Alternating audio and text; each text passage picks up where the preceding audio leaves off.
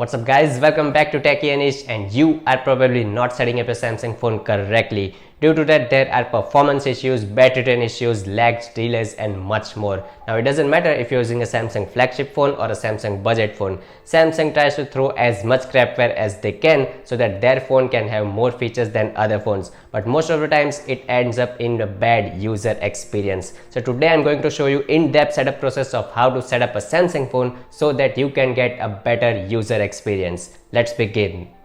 This is the first startup screen that you will be getting, so hit start and you will reach your review page. Now this is a very important step guys, as normally you just click agree to all, but don't do that. You just need to agree the end user agreement and privacy policy. Just uncheck the sending of diagnostics because it is optional. So hit on agree and you will reach a page which is called permissions for Samsung apps. Now guys, these Samsung apps are the ones that do the most of the damage to your phone by running in the background and performing unnecessary background activities. Just disable all the permissions at startup because you will be able to allow these permissions later when you actually need it. So there is no need of doing it right now for all the apps. So go ahead and turn off all the toggles that are on. Click on agree.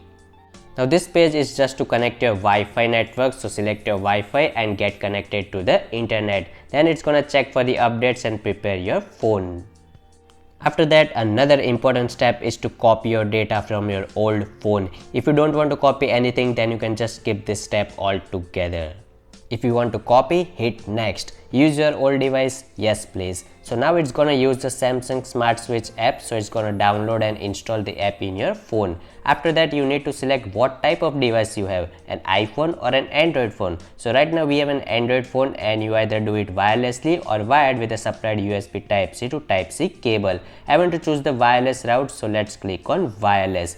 Now in order to make it work, you need to install the Samsung Smart Switch app on your older phone as well. You also need to be on the same Wi-Fi as your newer phone. Allow all the necessary permissions to the app for transferring the data and turn on your location services. This can be a slightly long process as you can see with my phone, but once you allow everything, just click connect on both of your phones and the discovery will start. So we have an invitation from our newer phone to the older phone. Click on accept and straight away it starts to transfer the data.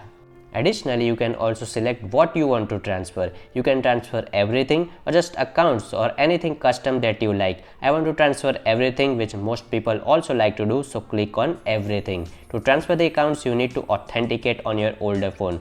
So you will get a notification like this, so approve your device. So there you go, all the accounts are added, so hit next.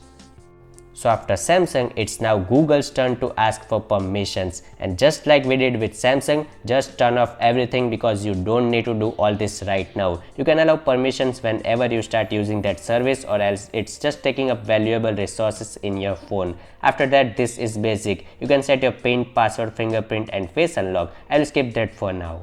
Next is Google Assistant, which I will again skip for now. And this guys, this is again a very major stuff that you should pay attention to. If you just click OK and next, it's gonna install all this unnecessary crappy Samsung and Microsoft apps in your phone. Download any app later that you need from the Play Store. Don't do it right away.